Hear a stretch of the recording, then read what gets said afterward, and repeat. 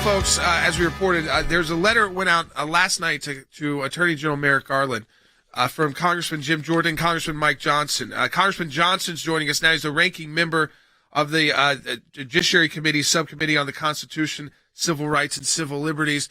Congressman Johnson, I want to go right to you with this letter because you've got whistleblower reports now that contradict Merrick Garland's testimony to your committee about parents being investigated by the FBI for voicing their concerns at school board meetings. That's right, my friend. This is a big deal. You know, we have been investigating this for some time. Our Republicans on the Judiciary Committee, you know, we have jurisdiction over the Department of Justice and all of its agencies and divisions. We've been investigating the Biden administration's misuse of law enforcement resources. Part of that has been to target concerned parents. They've been doing this since last fall. Remember, all the angry mama bears and all the dads were going to the school board meetings. They were protesting. They were letting their voices be heard. They were exercising the First Amendment, Jordan, and they were letting these school boards on the local level know that they're not on board with the CRT nonsense. They didn't like the mask mandates and all that. It's a quintessential part of our process. But here's the problem. The Department of Justice and the FBI targeted those parents and considered them a threat. Now, here's the deal. When Merrick Garland came in front of our committee in October, we asked him under oath, right in front of the Judiciary Committee, whether that was true or not. He said that those parents had never been targeted. Now we have a whistleblower that confirms our worst fears. Mike, this is Jay Sekulow. And you write in the letter, in sworn testimony before this committee, you denied that this was to Merrick Garland, you denied that the Department of Justice or its components were using counterterrorism statutes and resources to target parents at school board meetings. We now have evidence that, contrary to your testimony, the Federal Bureau of Investigation has labeled at least a dozen of its investigations into parents with a threat tag created by the FBI's Counterterrorism Division to assess and track investigations related to school boards. We just were talking about, Mike, that you put all this together. All the actions of the Biden administration for the last several months, the governance board for misinformation and disinformation, the president really targeting anybody that disagrees with him is ultra MAGA. And then you have parents being targeted by the Department of Justice. What do you want to see happen here?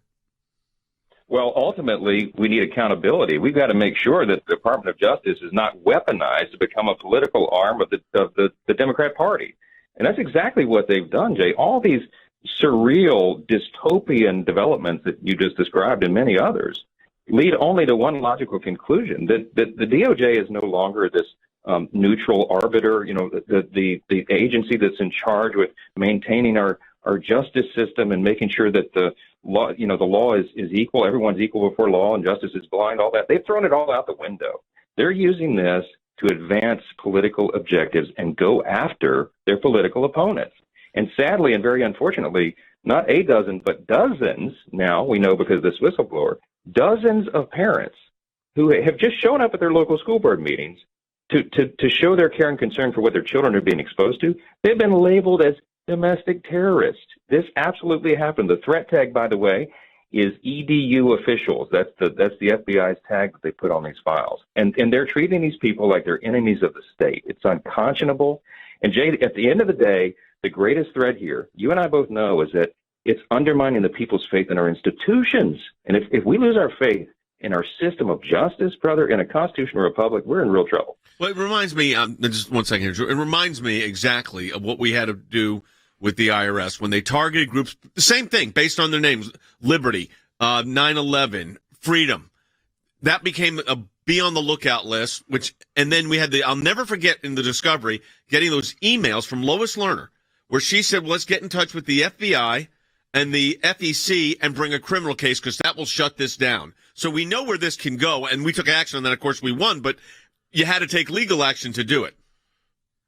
Well, that's right, and that may be a component of this. In the meantime, Jim Jordan and I, in our letter to the Merrick Garland last night, we told him, listen, number one, you have to now produce all the documents and materials that we have been sending these requests for over almost 18 months now on this issue, and things related to it. They haven't been forthcoming. They haven't shown us what they are required under the law to produce for Congress. So we demanded that. We also said, take reasonable steps right now and immediately to preserve all those records responsive to our letters, because you know what they'll do, Jay, they'll get rid of the evidence. So This is serious stuff. It goes to the highest level. This is the top law enforcement official in the country. And remember what's so ironic about this is Merrick Garland, they told us, remember, he was going to be on the Supreme Court, as you well know, Jay, and they told us he was the lion of the left. This guy is supposed to be the smartest, the man of the highest integrity on the left. And it turns out he just raised his hand and lied to Congress. I mean, this is really, really serious stuff, and we are not going to let it go.